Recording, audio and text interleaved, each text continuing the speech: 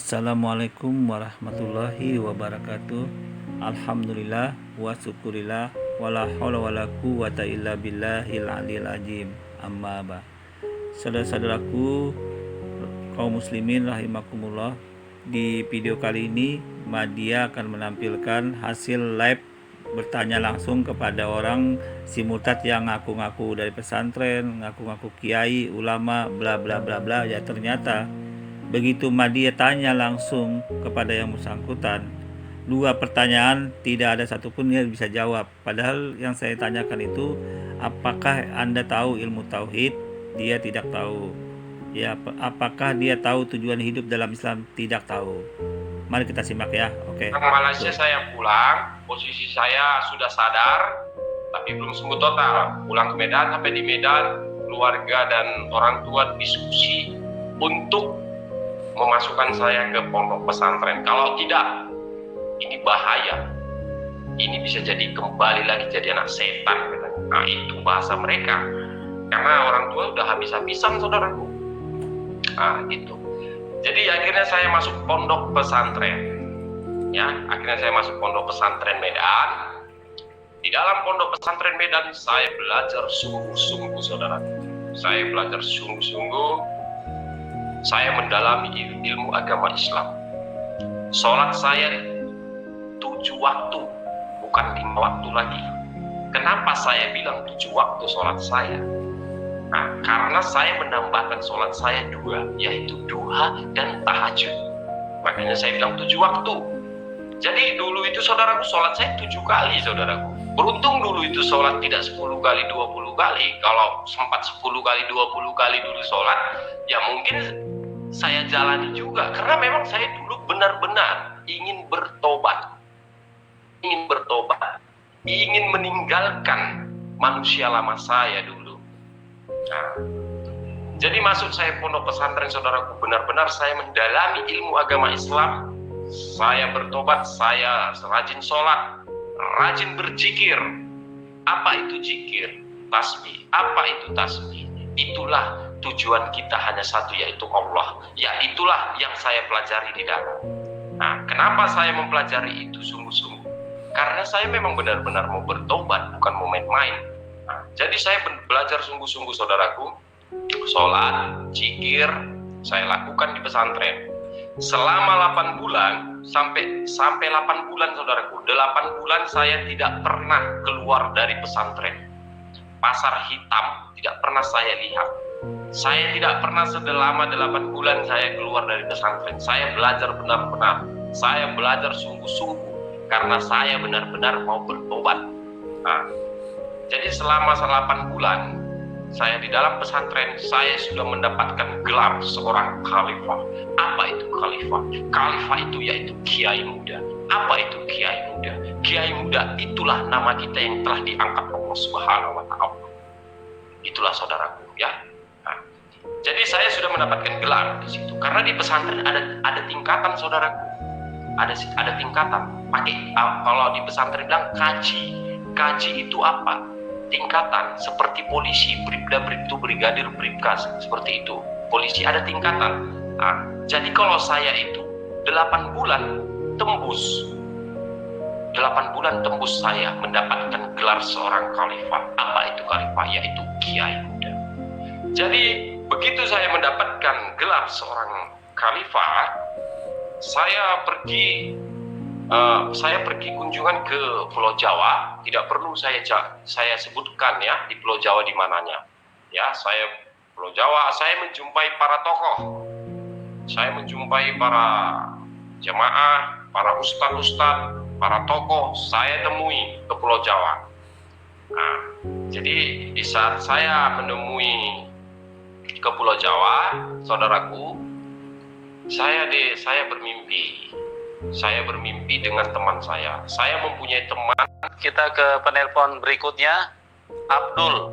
Selamat malam, Pak Abdul. Pak Abdul, selamat malam. Halo, malam. Ya, malam. Silakan Pak Abdul. Ya. Ya, malam. Ini dengan si Bapak Bayi ya. Ya, Baihaqi. Ya, Baihaqi. Ya. Ya, saya panggil bro aja. Tadi saya mendengar bahwa umurnya ya selisih 2-3 tahun dari saya. Oke Pak, siap. Kira-kira begini, saya juga dari non-muslim ya. Oke. Non-Kristen. Iya. Kira-kira apa yang membuat kamu begitu yakin dengan secepatnya bisa beralih, bisa memberikan supaya bisa menguatkan saya? Bro.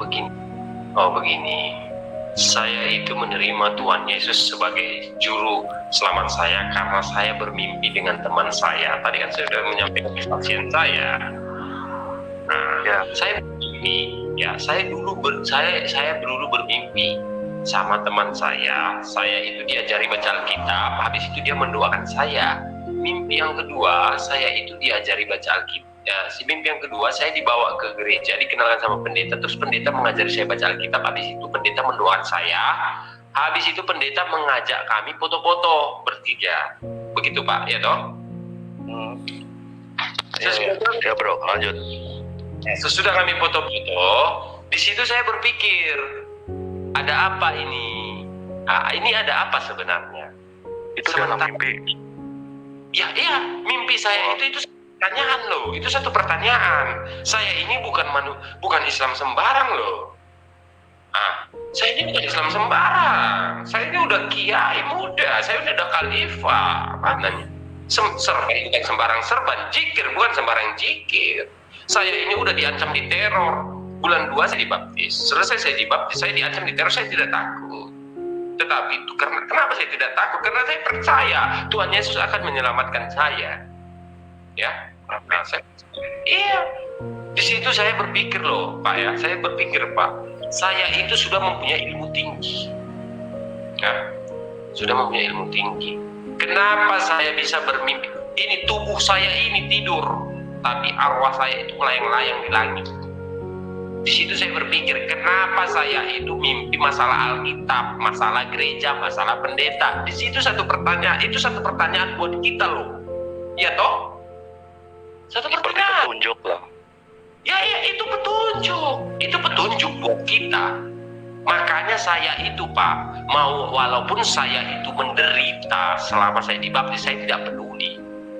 Mau gembel pun saya, mau jadi mau apapun saya, mau nggak makan pun saya 2 hari, saya tidak peduli. Yang penting saya sudah selamat. Yang penting saya sudah menerima Tuhan Yesus sebagai Tuhan dan Juru Selamat saya.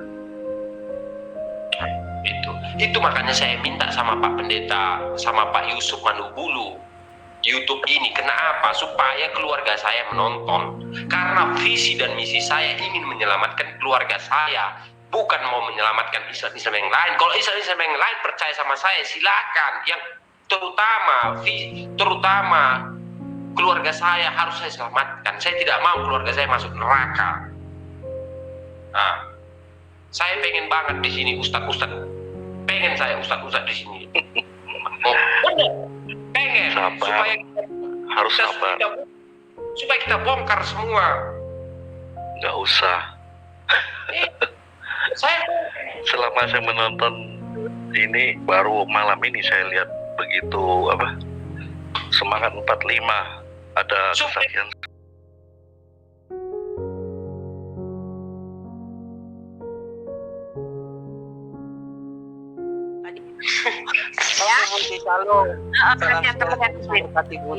Salam semuanya. Ya, salam. Ya, sukses ya. Dunia saya ya. Ya, media. Ya. Media. Halo, selamat malam. Ya, media perempuan ini, suara laki-laki dong ya. Malam Budi, Selamat malam. Madia Ya, Channel Budi. Kenapa? Madia Channel. Ini malam Baihaqi. Selamat malam. Oke.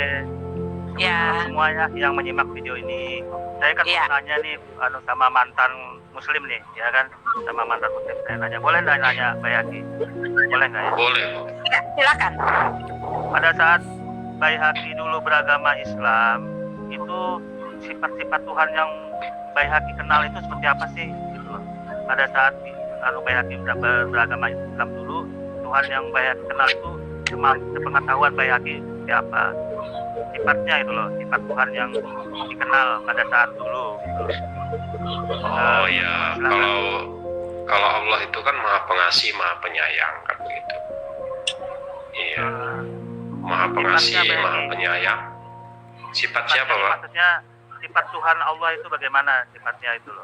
Yang pengetahuan Bayhaqi sifat Tuhannya, bukan penyayang pengasihnya. Dia tuh bagaimana gitu loh, sifat di dalam tauhid gitu. Menurut pengetahuan Bayhaqi gimana? Ya kalau kita di situ kan supaya kita itu mengingat Allah itu ya kita harus sering berzikir. Ya, karena tujuan zikir. Terus gimana? Bukan itu sifat kan gini loh. Orang itu kan ada sifatnya pemarah, sifatnya yang pemurah, atau sifatnya maha besar, atau sifatnya sepengetahuan Bayhaqi sifat Tuhan yang Bayhaqi kenal dalam ilmu tauhid itu yang membedakan Tuhan Islam dengan Tuhan yang sekarang itu bagaimana gitu. Menurut kalau saya itu dulu, Pak, kalau saya itu dulu itu jarang marah dulu karena saya itu tidak pernah disakiti orang karena orang mikir untuk menyakiti saya begitu.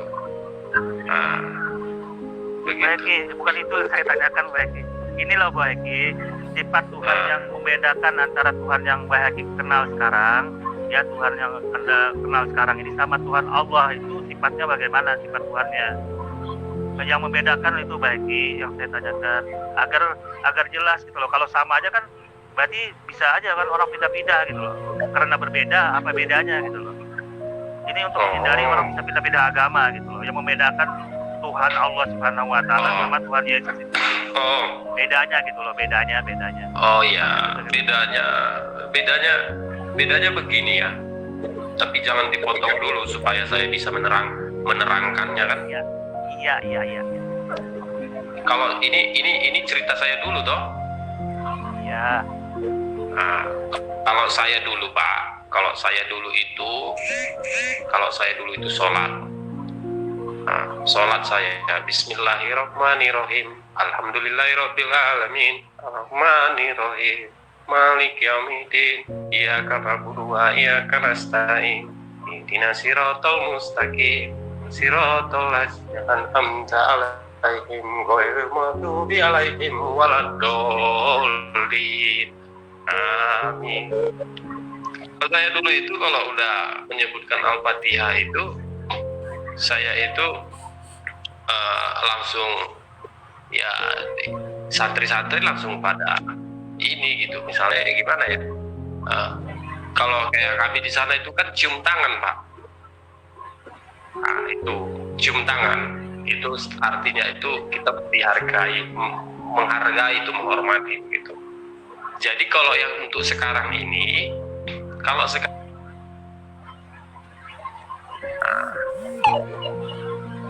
sekarang ini enggak, kalau sekarang ini kita doa itu,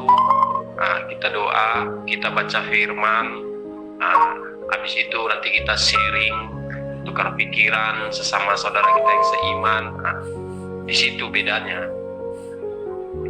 Kalau saya dulu enggak, kalau saya dulu selesai sholat, ya udah paling ngobrol-ngobrol gitu. Saya kira cuman itu perbedaannya gitu. Bukan itu yang saya tanyakan Bayhaqi, bukan itu yang saya tanyakan. Itu kalau sholat itu cara menyembah Tuhannya Bayhaqi. Sholat itu cara menyembah Tuhan doang. Yang saya tanyakan itu sifat Tuhan yang kita sembah itu loh. Kalau Tuhan itu Bayhaqi kenal itu Tuhannya yang bagaimana gitu loh. Apakah Tuhan itu kecil? Apakah Tuhan Allah itu kecil? Atau Tuhan Allah itu robot? Atau Tuhan Allah sifatnya bagaimana Allah itu? Ya tidak saya kenal lah, orang nggak bisa dilihat Pak. Nah makanya saya mau tahu pengetahuan. Orang nggak bisa dilihat, mau gimana kita mau tahu gitu. Dia kan nggak bisa dilihat. Makanya saya mau tanya yang pengetahuan Bayhaqi dulu, sifat Tuhan yang Bayhaqi kenal itu apa yang membuat Bayhaqi tidak mau lagi gitu loh. Itu yang mau saya tanyain. Apa sifatnya yang membuat Bayhaqi tidak suka sama Tuhan itu, sama Allah itu gitu loh. Apakah Tuhan itu karena dia kecil atau besar, atau Tuhan itu sifatnya pemarah, atau sifat itu tidak, atau gimana menurut Baihaqi Tuhan yang Baihaqi kenal itu gimana? Kalau sholat itu cuman ibadah, itu kalau apa bedanya sama robot? Kalau nggak kenal Tuhannya, nggak, ya sama aja robot gitu. Itu cara menyembah doang kalau sholat, tapi tidak mengenal ilmu tauhid ya tidak ada gunanya, tidak kenal Tuhan kan. Nah, yang saya tanyakan, yang Baihaqi kenal sifat Tuhan itu seperti apa dalam ilmu tauhid? Itu doang Baihaqi. Tolong dijawab. Ya, yang saya tahu kalau ilmu tauhid itu, Pak. Iya, kalau ilmu tauhid itu yang saya tahu itu kan ya belajar ilmu, Pak, yang saya tahu. Oh, gitu. Belajar ilmu ya. Iya. Kalau boleh saya tambahkan ya, kalau boleh saya tambahkan, Baihaqi, Pak Media. Tapi kalau Bapak bilang Allah itu bentuknya seperti apa, ya saya tidak tahu tuh namanya. Allah kan nggak bisa dilihat. Gimana bisa kita lihat yang Berarti Halo, boleh saya tambahkan? belajar ilmu tauhid Boleh ya, belajar sifat 20 ya. Mungkin gini, belajar ya. Iya. mungkin maksud beliau yang untuk menyebut secara gamblang saja, mungkin maksud beliau seperti tangannya di mana, mungkin kanan atau kiri Ya. gitu. Apa mungkin tangannya di bagian kanan semua atau kiri semua, mungkin seperti itu. Ini aja Baihaqi, apakah Baihaqi belum pernah belajar ilmu tauhid Baihaqi? Pernah belajar ilmu ya tauhid? sudah lah. Ya itu pelajaran kami, Pak. Oke, kalau Baihaqi sifat 20 apa salah satunya sebutlah, sifat 20 dalam ilmu tauhid lah. Salah satunya aja yang penting dalam Islam. Itu nggak usah kita bahas lah, Pak. Karena ini penting. Ini Enggak. membedakan Begini, Pak. ajaran Kita agama tidak sekarang dengan yang dulu. kita tidak bisa menyebutkan nama-nama jin kita. Kalau kita menyebutkan nama-nama jin, ya pasti jin itu akan datang. Itu sama saja Bapak menjebak saya. Bukan, ini malah tidak bukan. bisa. Karena kan saya kan bingung, saya kan orang kan bisa aja nanti karena ini pindah ke agama Yesus kan enak, bisa jadi kan bisa tahu kalau itu agama jin kan. Tidak bisa, ya, Pak. Kita tidak bisa menyebutkan cara-caranya, tidak bisa kita sebutkan. Nanti jinnya datang, siapa yang susah? Padahal Saya Tuhan itu yang susah. Tuhan mudah loh. Bukan Bapak. Mudah loh. Bukan Bapak yang susah. Baihaqi mudah, Pak loh. Baihaqi. Tuhan itu mudah loh Baihaqi. Iya. Yang membedakan Tuhan Anda sama Tuhan Islam itu apa? Kan itu saya tanya, yang membedakan Tuhan Anda sama Tuhan Islam itu dalam sifat 20 ilmu tauhid itu apa? Kan sangat mudah Baihaqi. Anda tinggal Kalau bro siapa, kalau mungkin saya tambah sedikit, mungkin Tuhan yang satu nggak pelihara jin. Nah, Tuhan yang satu tolong pelihara dijawab jinnya banyak. Baihaqi. Ya gitu. Gitu bro. Kalau saya tambah dari sisinya Baihaqi, kalau mungkin saya tambah dari Baihaqi, mungkin Tuhan yang satu nggak pelihara jin. Nah, Tuhan yang satu pelihara jin. Mungkin itu bro. Enggak, sekarang begini, kalau Bapak ini membahas ilmu tauhid itu kan berbagai macam. Jadi yang Bapak pelajari ilmu tauhid ini apa? Jin apa yang Bapak pegang itu tidak boleh Bapak sebut. Kalau Bapak sebut dia datang. Kalau saya sebut dia datang, siapa yang susah di sini? Ya saya. Yang susah saya, bukan Bapak. Bapak di sana nggak susah, saya yang di sini susah didatangi sama dia gitu. Jadi kita nggak usah kita bahas ilmu gitu. Kan itu cuma mau tahu kan Tuhan itu besar. Tuhan maha besar. Maaf Media, maaf ya. Ya, Kalau memang ini kan kita bertanya kepada narasumber, tapi kalau narasumbernya merasa nggak nyaman gitu, betul dia bilang kalau sebut namanya jinnya manggil, memang siapa yang mau gitu, karena dia paling tahu gitu jinnya itu kalau disebut Iya, itu lagi. Yang lain aja. Oke, yang lain satu aja. lagi. Baihaqi, tujuan hidup diciptakan Tuhan itu kepada kita pada saat dulu tujuannya apa Baihaqi? Pada saat Baihaqi masuk Islam dulu, tujuan diciptakannya oleh Allah, oleh Tuhan itu untuk apa? Tujuan hidup loh. Ini bukan masalah tujuan hidup di dunia ini apa, untuk apa? Tujuan kita kan sesuai agama yang dulu apa tujuannya? Sesuai agama, kepercayaan agama yang dulu. Tujuan hidup diciptakan itu untuk apa? Di dunia toh? Ya.